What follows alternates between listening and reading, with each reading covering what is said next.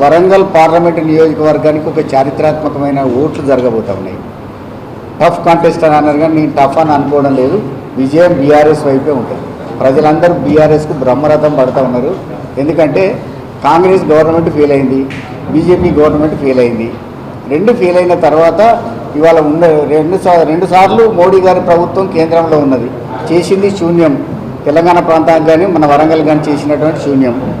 అదేవిధంగా భారతదేశానికి చేసింది కూడా శూన్యమే. కనీసం విద్యార్థులకు చేసిండ్రా, లేకపోతే రైతులకు చేసిండ్రా, లేకపోతే కార్మికులకు కూడా చేసిన సందర్భం లేదు. అదేవిధంగా ఇక్కడ వరంగల్ కూడా చేసిన సందర్భం కూడా లేదు. కాబట్టి విభజన చట్టంలో పొందుపరిచినటువంటి కాజీపేట్ కోచ్ ఫ్యాక్టరీని ఇవ్వకుంటే, తర్వాత బయ్యారం ఉక్కు కర్మాగారం ఇవ్వకపోతే, 10 సంవత్సరాలు తాత్సారం చేసి గిరిజన యూనివర్సిటీకి కొంచెం నిధులు మాత్రం కేటాయిస్తే అది బాధ అనిపిస్తుంది. చివుక్కుమనేటువంటి మాట వరంగల్ వాసులు అందరికీ ఉంటుంది.